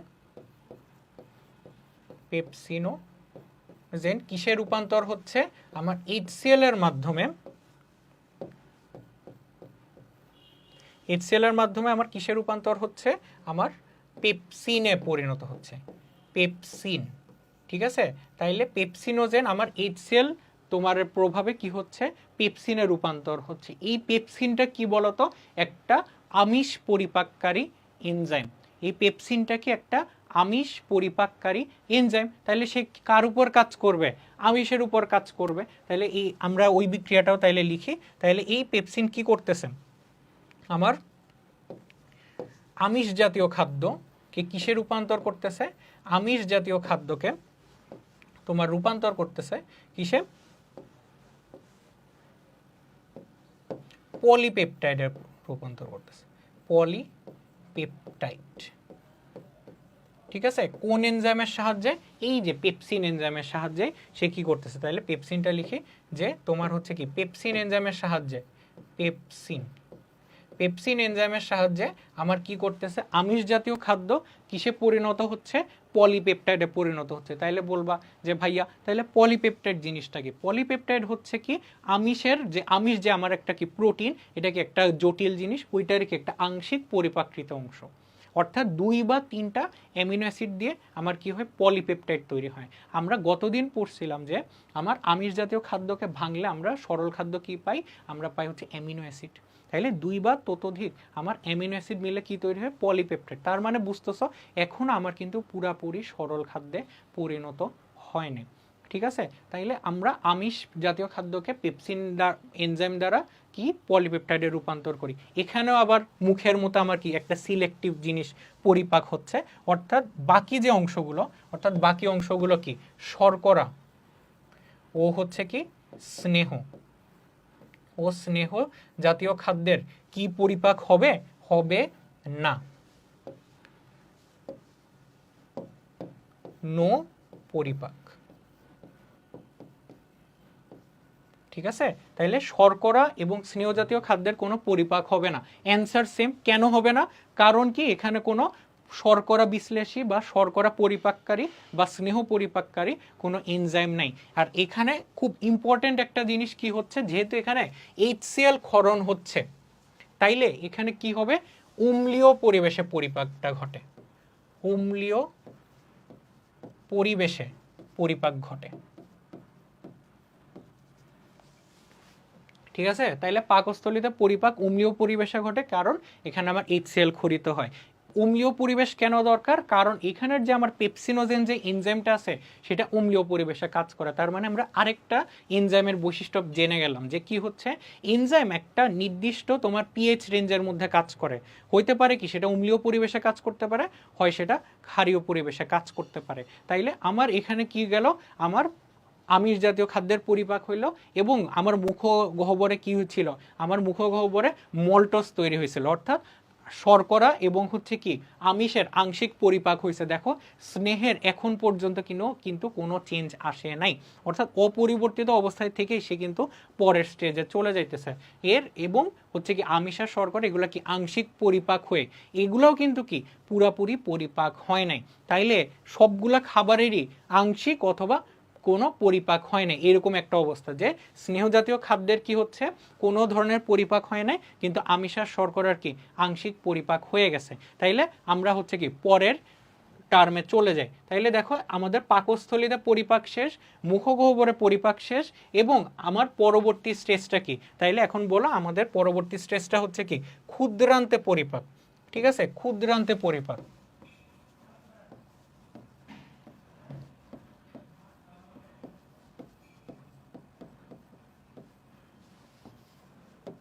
ঠিক আছে, এবার আমরা আবার আগের চিত্রে ফিরে যাই।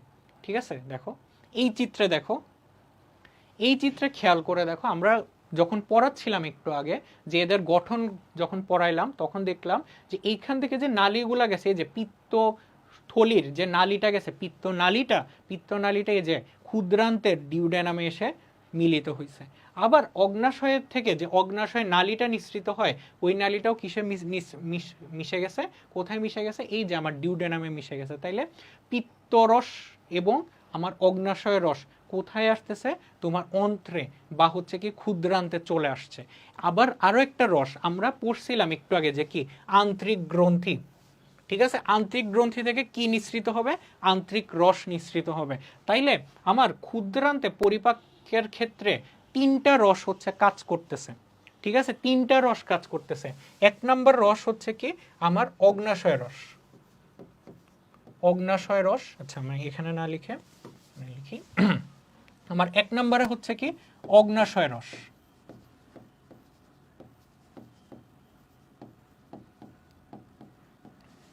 2 নম্বরে কাজ করতেছে কি আমার পিত্তরস,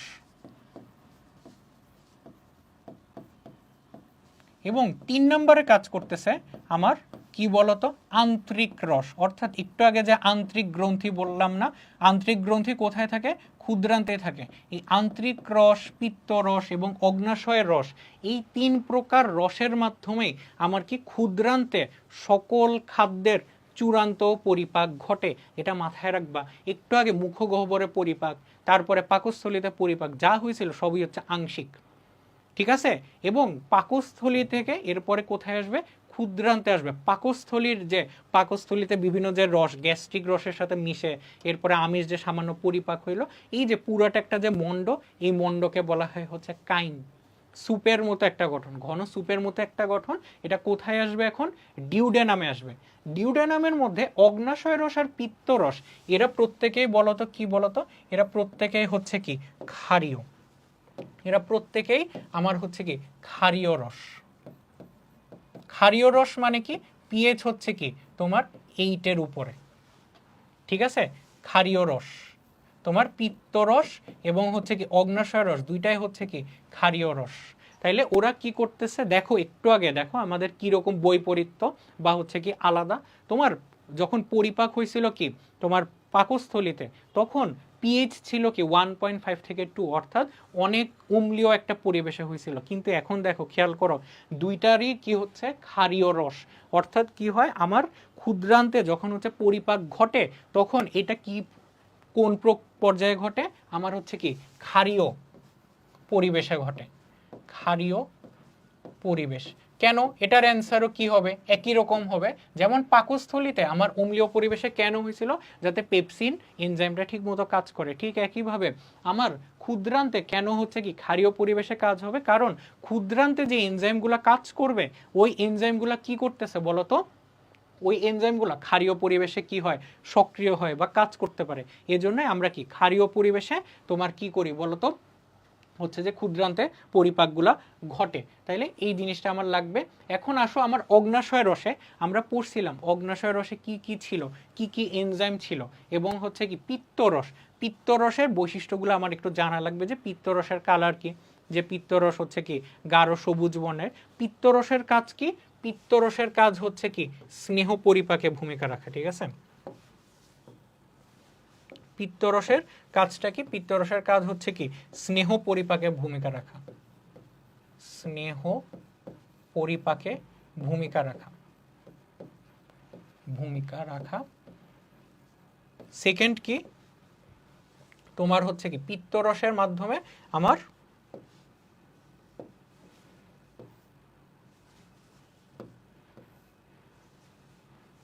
পিত্তরসের মাধ্যমে আমার কি হয়?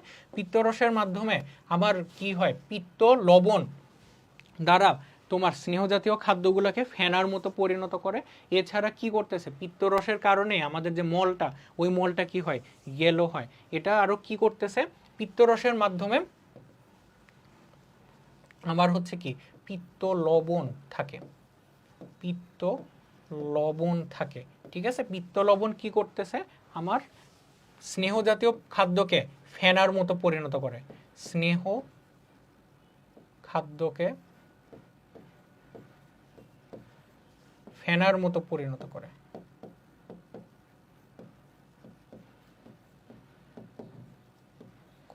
এখন প্রশ্ন আসতে পারে যে ভাইয়া কেন দরকার? ফেনার মতো পরিণত করতে আমার কেন দরকার পড়তেছে? তুমি খেয়াল করো, এতক্ষণ যে টপিক বা হচ্ছে কি শর্করা বলো বা আমিষ জাতীয় খাদ্য বলো, এই খাদ্যগুলো কিন্তু কি পানিতে দ্রবণীয়।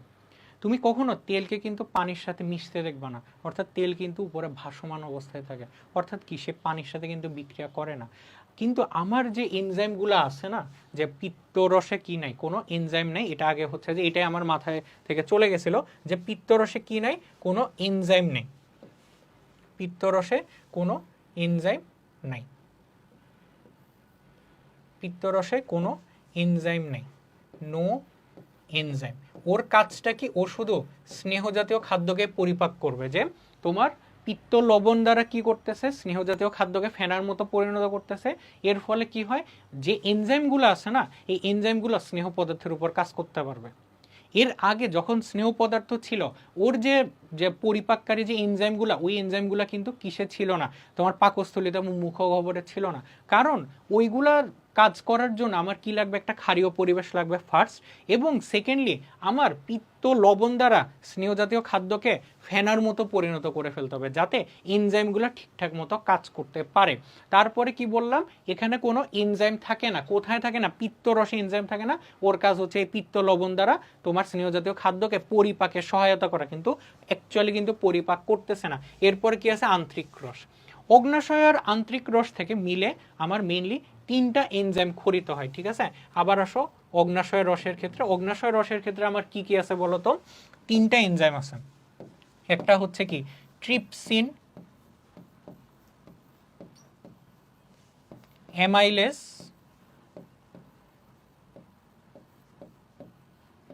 এবং হচ্ছে কি লাইপেস, ঠিক আছে।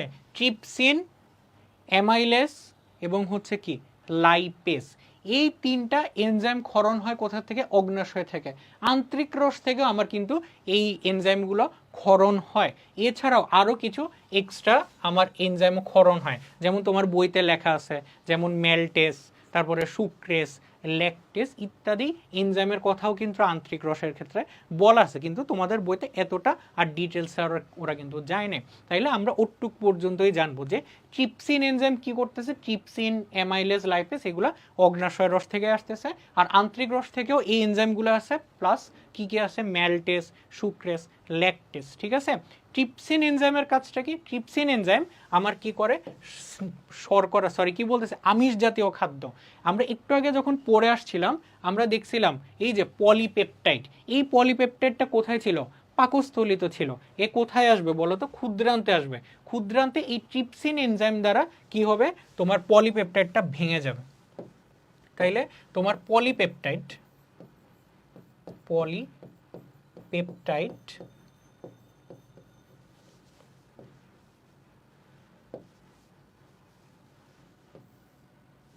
তোমার ট্রিপসিন এনজাইম দ্বারা ভেঙে যাবে। ট্রিপসিন এনজাইম দ্বারা ভেঙে গিয়ে কিসে পরিণত হবে, অ্যামিনো অ্যাসিডে রূপান্তর হবে। অর্থাৎ আমার যে সরল খাদ্য এটা আমরা কিন্তু পেয়ে গেলাম, অ্যামিনো অ্যাসিডে রূপান্তর হবে, ঠিক আছে। পলিপেপটাইড ট্রিপসিন এনজাইমের সহায়তায় কিসে পরিণত হবে, অ্যামিনো অ্যাসিডে রূপান্তর হবে। তাইলে অ্যামিনো অ্যাসিডের কিন্তু অর্থাৎ কি আমার আমিষ জাতীয় খাদ্যের পরিপাক কিন্তু ডান। এরপরে আমরা পড়বো যে অ্যামাইলেস। অ্যামাইলেস কি করবে, ওই যে আমরা কি পাইছিলাম, মল্টোস পাইছিলাম বা যে কোনো শর্করা, এই অ্যামাইলেজ এনজাইম কি করবে, মল্টোসকে, অর্থাৎ মল্টোসকে আমার কিসে পরিণত করবে, মল্টোস অথবা যে কোনো শর্করা, ঠিক আছে, কিসে পরিণত করবে, আমার এই অ্যামাইলেজ এনজাইম গ্লুকোজে পরিণত করবে, ঠিক আছে, গ্লুকোজে পরিণত করবে।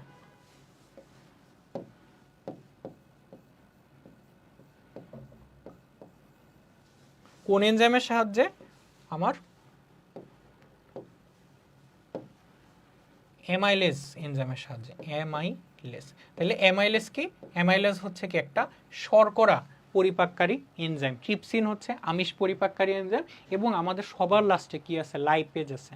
লাইপেজ এনজাইম তাইলে কার উপর কাজ করবে, তাইলে স্নেহ জাতীয় খাদ্যের উপর। লাইপেজ জাতীয় খাদ্য অর্থাৎ কি স্নেহ জাতীয় খাদ্যকে আমার ভেঙে ফেলবে কি, লাইপেজ।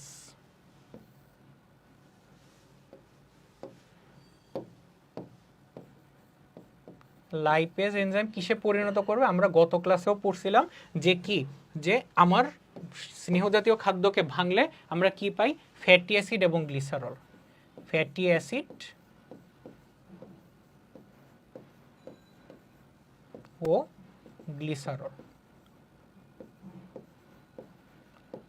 তাইলে আমার কিন্তু ক্ষুদ্রান্তেও পরিপাক শেষ, ঠিক আছে। ক্ষুদ্রান্তে আমার কিন্তু পরিপাকের শেষ। যখন তোমাকে বলবে যে ক্ষুদ্রান্তের পরিপাক বর্ণনা করো, আমি একটু আগে একদম ক্লাসের শুরুতে যে চিত্রটা আঁকছিলাম, ঠিক আছে, এই চিত্রটা তোমরা ধরে নিতে পারো উদ্দীপকের জন্য সবচেয়ে ইম্পর্ট্যান্ট একটা চিত্র। এই চিত্র দিয়ে তোমার কিন্তু প্রথমে মার্কিং করে দিবে, ABCD দিয়ে মার্কিং করে দিবে এবং বলবে কি, মনে করো এক্স দিয়ে যকৃৎকে মার্কিং করে দিল, মার্কিং করে দিয়ে বলবে কি তোমার এটার কাজ বা এটার গঠন বর্ণনা করো, বা এদেরকেও তোমার কি মার্কিং করে দিবে। তখন বলবে যে তোমার এখানে এটা আমি যদি ধরি এটা ওয়াই, তাহলে বলবে যে কি ওয়াই এর তোমার হচ্ছে কি ওয়াই কি ধরনের পরিপাক ঘটে, তারপরে এটাকে ধরে নিলাম জেড ধরলো, ঠিক আছে। উদ্দীপকে তোমাকে বলে দিবে যে XYZ দিয়ে তোমাকে দাগাই দিবে, এরপরে তোমাকে বলতে বলবে যে কিভাবে কোনটায় কোথায় পরিপাক হয়, ঠিক আছে। তারপরে ক্ষুদ্রান্তে বলবে যে বা হচ্ছে কি জেডে কি কি পরিপাক ঘটে।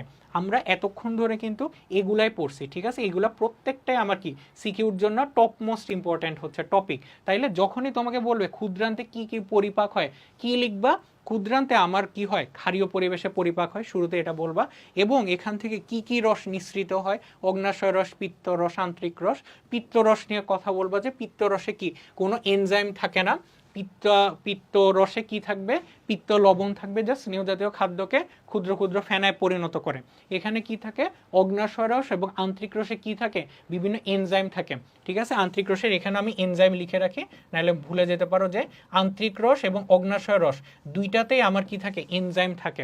এই এনজাইমের মাধ্যমে প্রথমে পলিপেপটাইড জাতীয় খাদ্য, যেটা কি পাকস্থলী থেকে আসছিল পলিপেপটাইড, ওটা ট্রিপসিন এনজাইমের সহায়তায় অ্যামিনো অ্যাসিডে রূপান্তরিত হয়। মল্টোজ বা হচ্ছে যে কোনো তোমার কি শর্করা অ্যামাইলেজ এনজাইম দ্বারা ভেঙে গ্লুকোজে পরিণত হয়, এবং স্নেহ জাতীয় খাদ্য লাইপেজ এনজাইম দ্বারা ফ্যাটি অ্যাসিড এবং গ্লিসারলে পরিণত হয়। তোমরা যদি সময় পাও তোমরা প্রথমে লেখাটা লিখে এরপরে বিক্রিয়াটা লিখবা। যদি তোমাদের সময় কম থাকে তোমরা জাস্ট হচ্ছে বিক্রিয়াটা অবশ্যই অবশ্যই লিখে আসবা, ঠিক আছে। এটা যেন মিস না হয়, এই জিনিসটা যদি তুমি একবার করো তাহলে দেখবা যে এখানে তোমার একদম ফুল মার্কসে চলে আসবে, কারণ এটা একদম বিক্রিয়ার মতো অংশ। তাইলে আমাদের কিন্তু পুরা প্রক্রিয়াটা শেষ। তাইলে এবার প্রশ্ন আসতে পারে, যদি হচ্ছে যে পরের ক্লাস আগের ক্লাসে পড়া ভুলে যাও, যে তাইলে ভাইয়া খাদ্যের যে বাকি উপাদান আছে যেমন হচ্ছে কি ভিটামিন, পানি, খনিজ লবণ, ওদের কি হয়? আবার তো আমরা তো বলছিলেন যে হচ্ছে রাফেজ বা হচ্ছে কি যে আঁশ জাতীয় খাবার, ওইটার তো কোনো হজম হয় না। আচ্ছা, আঁশের কথা তো বাদ দিলাম, তাহলে এটা হজমের মধ্যে আসতেছে না, বা অপরিবর্তিত অবস্থাতেই পুরা যাবে কোথায়, বৃহৎ অন্ত্রে যাবে। কিন্তু বাকি যে অংশগুলো আমার কি কি আছে বলতো, তোমার পানি, ভিটামিন এবং মিনারেল, এগুলোর জন্য আমার কোনো পরিপাক দরকার হয় না। কারণ কি এগুলা কি সরল ফর্মেই থাকে এবং বডিতে ইজিলি অ্যাবজর্ব হয়ে যায়। তাইলে দেখো আমাদের কিন্তু পরিপাক পুরো প্রণালী শেষ, খাদ্যের পরিপাক প্রক্রিয়া আমাদের শেষ। এরপরে আসো খাদ্যের শোষণ। দেখো এখানে আমি একটা চিত্র দিছি, এটা হচ্ছে ইন্টারের বইয়ের চিত্র, কিন্তু এই চিত্রটা অনেক সুন্দর। এই চিত্রটা বুঝলে তোমার হচ্ছে কি এই টপিকটা বুঝতে পারবো, এটা খুবই হেল্পফুল একটা চিত্র। আসো শোষণ, আমরা এতক্ষণ খাদ্যর পরিপাক পড়ছি, এখন আমরা পড়বো হচ্ছে খাদ্যের শোষণ। শোষণ বলতে ফার্স্টে আমরা বুঝবো কি, আগে আমরা সংজ্ঞা পড়বো, সংজ্ঞার মধ্যে আমাদের কি পয়েন্টগুলো বুঝতে হবে। তাইলে শোষণে কি বলছে, শোষণে আমাকে বলতেছে যে প্রক্রিয়ায় পরিপাকৃত খাদ্য আন্তরিক এপিথেলিয়ামের মাধ্যমে রক্তে এবং লসিকায় প্রবেশ করে তাকে বলা হয় শোষণ।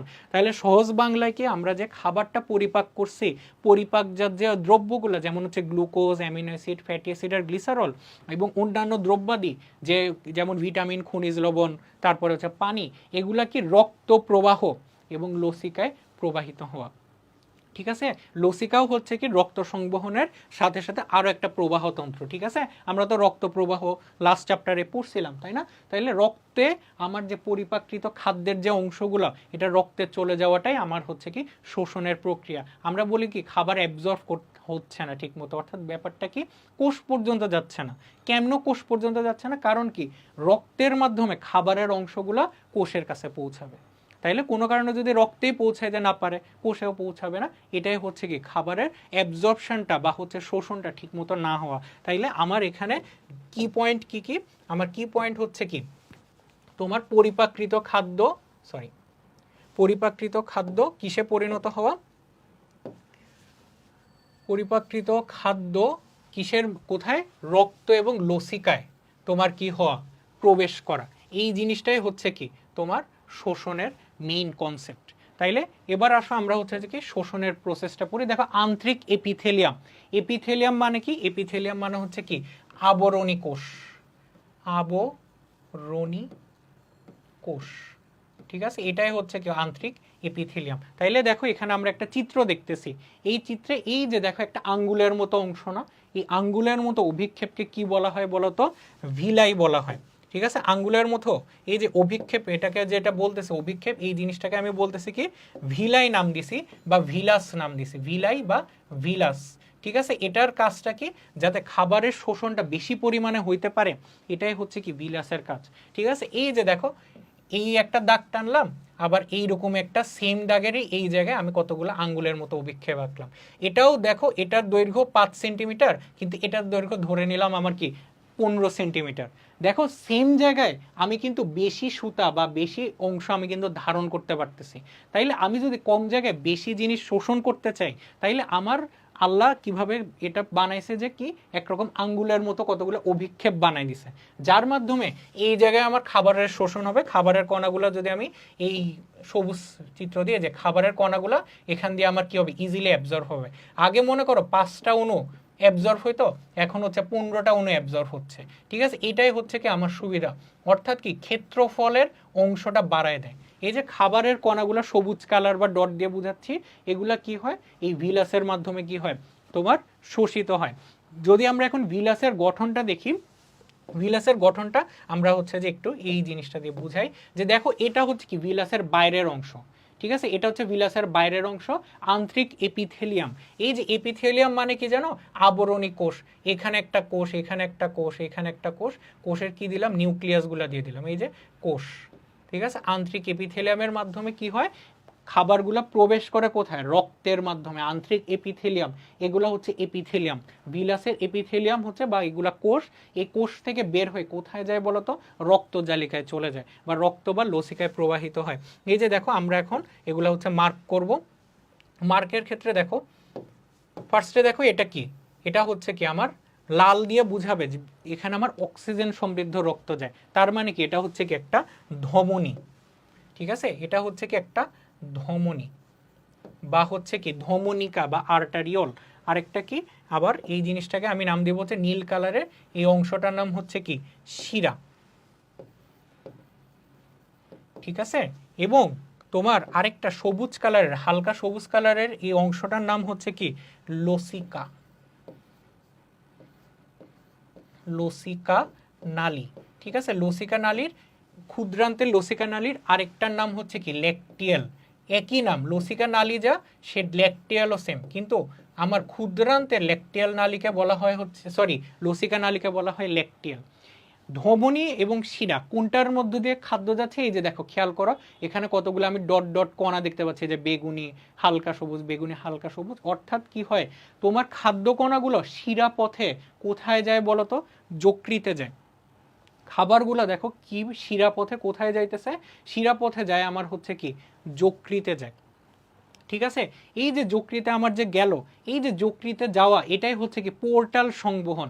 যকৃত থেকে খাবারগুলা কি যাবে শিরা পথে হার্টে চলে যায়, যে হার্ট লেখা। ঠিক আছে, এই যে দেখো এই জায়গায় আমার কি আছে, হার্ট লিখে দিছে। ঠিক আছে, এই যে লিভার, লিভারে কি হয়, এই যে হেপাটিক পোর্টাল ভেইন, ভেইন মানে হচ্ছে কি শিরা, হেপাটিক পোর্টাল ভেইন বা তোমার লিভারের যে হচ্ছে পোর্টাল শিরার মাধ্যমে আগে লিভারে যায়, লিভার থেকে বা যকৃত থেকে এরপরে হার্টে যায়। তোমার কি খাবারের কণা, কোন কোন খাবারের কণা মনে রাখবা, তোমার হচ্ছে কি গ্লুকোজ এবং হচ্ছে কি অন্য কালি দিয়ে লিখলে ভালো হয়, এটা দেখি যে কি আমার কি হয়, গ্লুকোজ ও অ্যামিনো অ্যাসিড।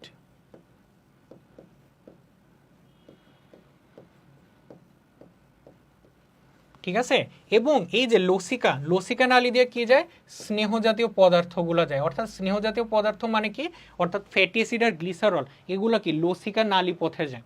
এবং শিরা পথে কোনগুলো যায়, গ্লুকোজ এবং অ্যামিনো অ্যাসিড যায়। কোথায় যাচ্ছে, পোর্টাল শিরার মাধ্যমে। এই শিরার নাম হচ্ছে কি পোর্টাল শিরা। পোর্টাল শিরা, পোর্ট মানে কি, যে মংলা সমুদ্র বন্দর, চট্টগ্রাম সমুদ্র বন্দর। ইউএসএ বা হচ্ছে কি আমেরিকা থেকে কোন একটা জিনিস যদি তোমার দেশে বসে কোনো কিছু পাইতে চাও, মনে করো ওইখান থেকে তুমি একটা কি তোমার হচ্ছে রিমোট অর্ডার দিলা, বলার কথা মানে কথার কথা আর কি, যে কি একটা রিমোট অর্ডার দিলে কি আমেরিকা থেকে, তাহলে ওই রিমোটটা আগে কোথায় আসবে বলতো, চট্টগ্রাম সমুদ্র বন্দর বা মংলা সমুদ্র বন্দর, এরপরে তোমার বাসায় আসবে। ঠিক একইভাবে খাবারগুলো আগে কোথায় যায়, ভিলাসে আগে শোষিত হয়, ভিলাসে শোষিত হয়ে কোথায় যাবে, হেপাটিক পোর্টাল শিরার মাধ্যমে আমার যকৃতে যাবে, যকৃতে যে যকৃত থেকে দেন আমার হার্টে যাবে। অর্থাৎ ডিরেক্টলি এটা কি তোমার হৃৎপিণ্ডে যাচ্ছে না, এটা আগে হচ্ছে কি যকৃত হয়ে দেন যাচ্ছে। অর্থাৎ লিভারটা একটা কিসের মতো কাজ করতেছে, একটা বন্দর বা একটা পোর্টের মতো কাজ করতেছে, এজন্য এটাকে বলতেছে কি হেপাটিক পোর্টাল শিরা। হেপাটিক পোর্টাল শিরার মাধ্যমে সে কোথায় যাবে, যকৃতে যাবে, যকৃত থেকে সে হার্টে যাবে, হার্ট থেকে সারা দেহে আমার কি ওই রক্তটা প্রবাহিত হবে বা ওই পুষ্টিটা প্রবাহিত হবে। এটাই কিন্তু খাবারের শোষণ। ঠিক আছে, তাইলে দেখো খেয়াল করে দেখো, এই যে আবার চিত্রটা আবার চলে আসছে, দেখো এখানে আমরা কি দেখতেছি, খাদ্যের শোষিত খাদ্যসারের পরিবহন এবং পরিণতির প্রবাহ চিত্র। দেখো গ্লুকোজের ক্ষেত্রে কি হচ্ছে, তোমার অ্যামিনো অ্যাসিডের ক্ষেত্রে কি হচ্ছে, সেম জিনিস, অন্ত্রের ভিলাসে যাবে, হেপাটিক পোর্টাল শিরায় যাবে, যকৃতে যাবে, হৃৎপিণ্ডে যাবে, কোষ শক্তি উৎপাদন, এটা হচ্ছে কি গ্লাইকোজেন গঠন। এটাই হচ্ছে কি সর্বশেষ পরিণতি। সর্বশেষ পরিণতি, তোমাকে যদি বলে খাবারের সর্বশেষ পরিণতি বর্ণনা করো, তখন কিন্তু তোমার প্রশ্নের অ্যান্সার হবে কি খাবারের শোষণ বর্ণনা করে এই যে আমার গ্লাইকোজেন রূপান্তর সেটা। ঠিক একইভাবে অ্যামিনো অ্যাসিডও কি হয়, আমার অন্ত্রের ভিলাস, হেপাটিক পোর্টাল শিরা, যকৃৎ বা হৃৎপিণ্ড, কোষে যায়, কোষে আমার কি হয়, হয় আমার কাজে লাগাবে, প্রোটিন গঠন করবে, বিভিন্ন মাসেল টাসেল বা অন্যান্য উৎপাদন তৈরি করবে, অথবা অতিরিক্ত জিনিস বর্জ্য পদার্থ হিসেবে ইউরিয়া তৈরি করে আমার কি মূত্রের মাধ্যমে বের করে দেবে। এটা হচ্ছে কি আমার গ্লুকোজ এবং অ্যামিনো অ্যাসিডের ক্ষেত্রে দুইটাই সেম, খালি লাস্ট অংশটুকু আলাদা, আর কিছু না। তুমি জাস্ট একটা মনে রাখলে পরেরটাও তোমার কি থাকবে, মনে থাকবে। তাইলে আমার অ্যামিনো অ্যাসিড এবং হচ্ছে কি গ্লুকোজের শোষণ প্রক্রিয়া শেষ।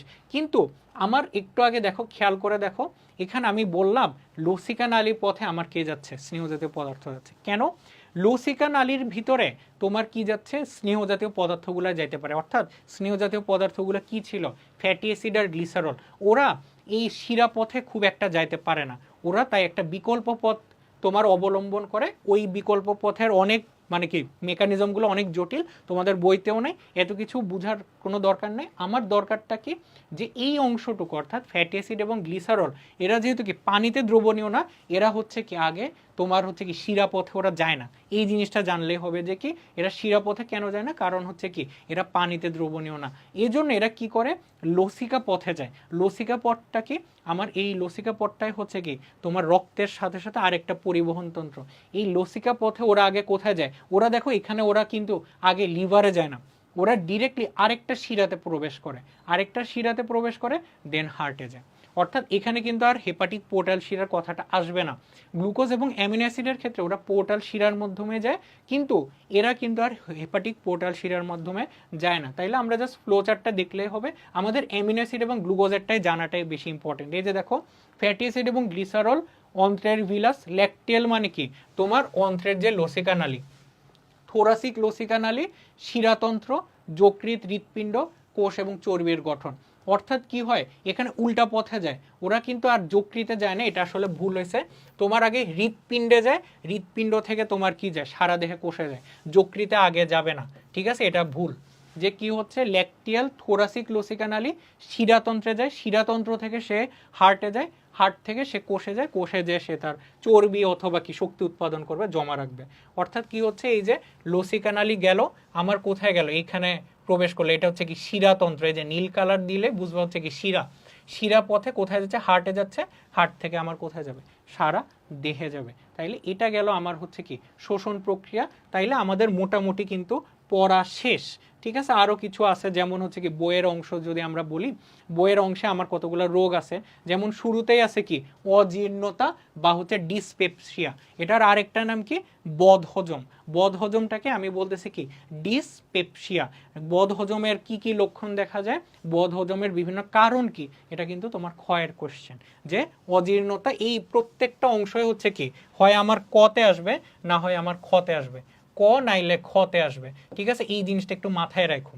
অজীর্ণতা বলো, এরপরে তোমার বাকি যে জিনিসগুলো আছে, ঠিক আছে, ওই জিনিসগুলা তোমার হচ্ছে অজীর্ণতা বলো, বা হচ্ছে কি আমাশয় বলো, কোষ্ঠকাঠিন্য বলো, তারপরে হচ্ছে গ্যাস্ট্রিক আলসার বলো, এই অংশগুলো, বা হচ্ছে অ্যাপেন্ডিসাইটিস, ঠিক আছে, কৃমিজনিত রোগ, যা যা রোগগুলো তোমাদের বইতে আছে সবগুলা কি ক আর ক্ষয়ের জন্য।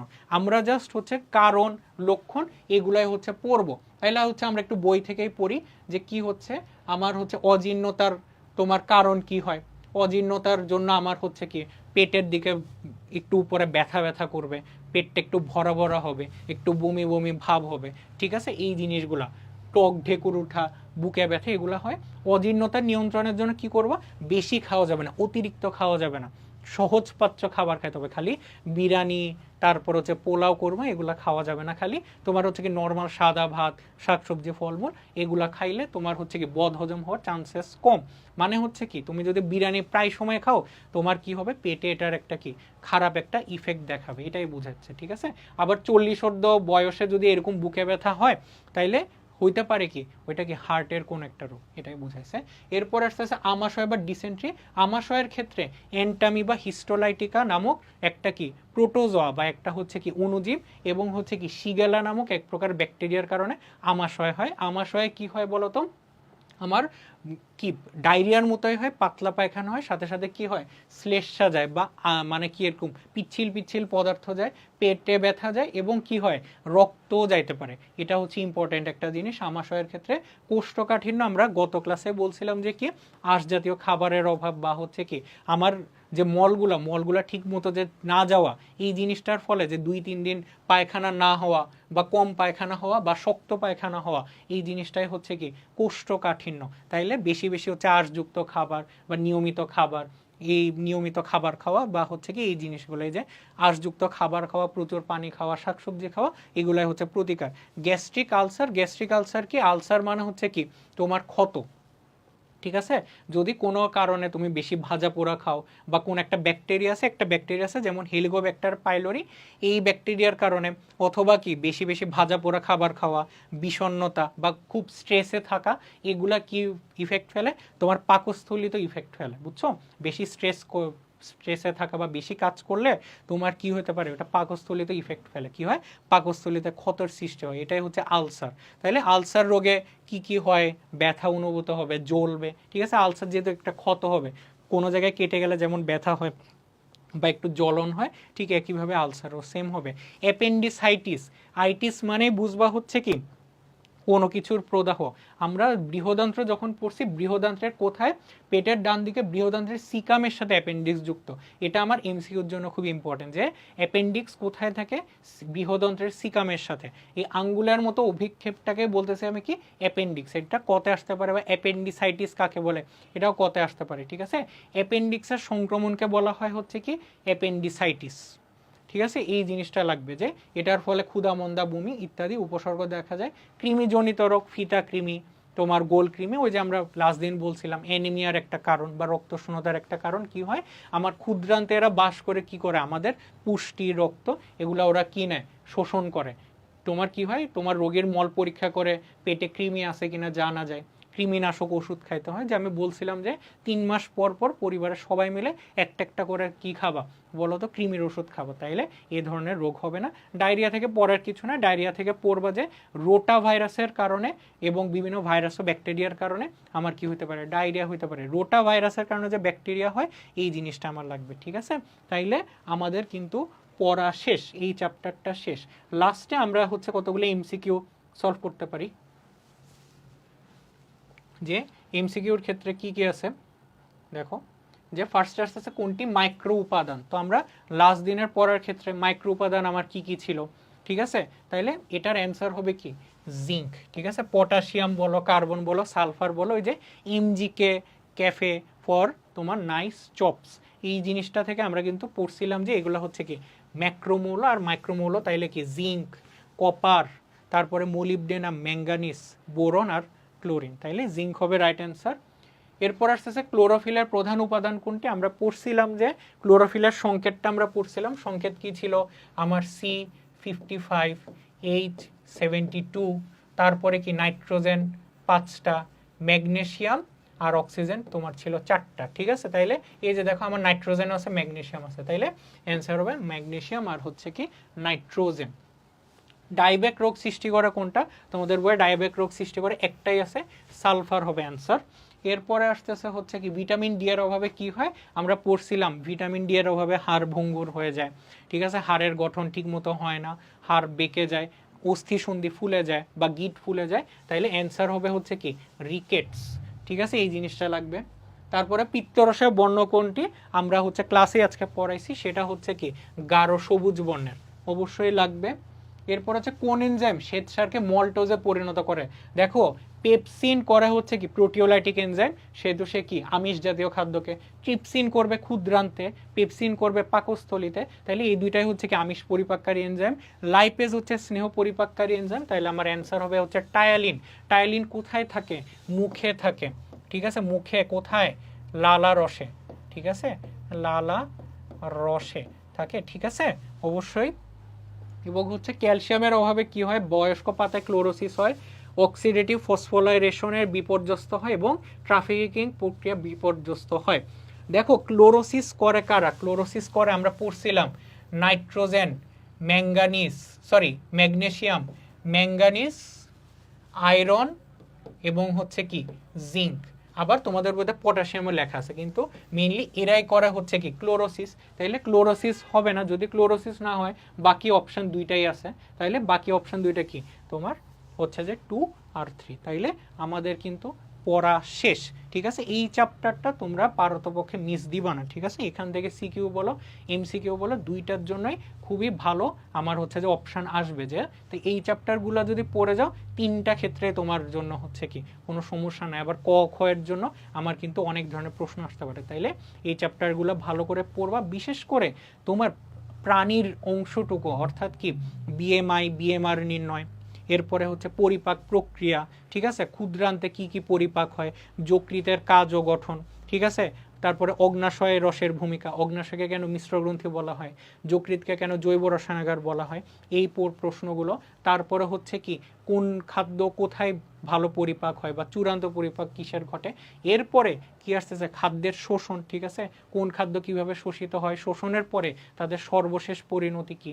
বা এভাবে প্রশ্ন আসতে পারে, যদি হচ্ছে যকৃৎ না থাকে তাহলে কি হবে, অগ্নাশয় যদি না থাকে তাহলে কি হবে, এ ধরনের প্রশ্ন আসতে পারে। তখন ওদের কিন্তু গুরুত্বগুলো লিখতে হবে। তাইলে এরপরে কি আসতে পারে তোমার ক খতে, ওই যে বিভিন্ন রোগগুলো আমরা যে পড়লাম, ঠিক আছে, আমাশয়, অ্যাপেন্ডিসাইটিস, ঠিক আছে, তারপরে হচ্ছে যে অজীর্ণতা, সব ধরনের রোগের তোমার সিমটমস বা হচ্ছে কি লক্ষণ সমূহ, প্রতিকার, তারপরে হচ্ছে কি আমরা একদম উদ্ভিদের অংশে যেগুলো পড়ছিলাম, ঠিক আছে, উদ্ভিদের অংশে যে নাইট্রোজেন, ফসফরাস, ক্যালসিয়াম, এদের প্রভাবে কি হয় বা কি কি কিসে কিসে ভূমিকা রাখে, এদের অভাবে কি হয়, এই অংশটুকু অবশ্যই তোমার লাগবে ক খ এর জন্য, এমসিকিউর জন্য ইম্পর্টেন্ট। যেগুলো ক খতে আসবে এমসিকিউর সাথে পড়ে ফেলবা। ঠিক আছে, এই আর কি। তাইলে আসি, তাইলে আমার ক্লাস শেষ। আসসালামু আলাইকুম, আশা করি সব বুঝেছো।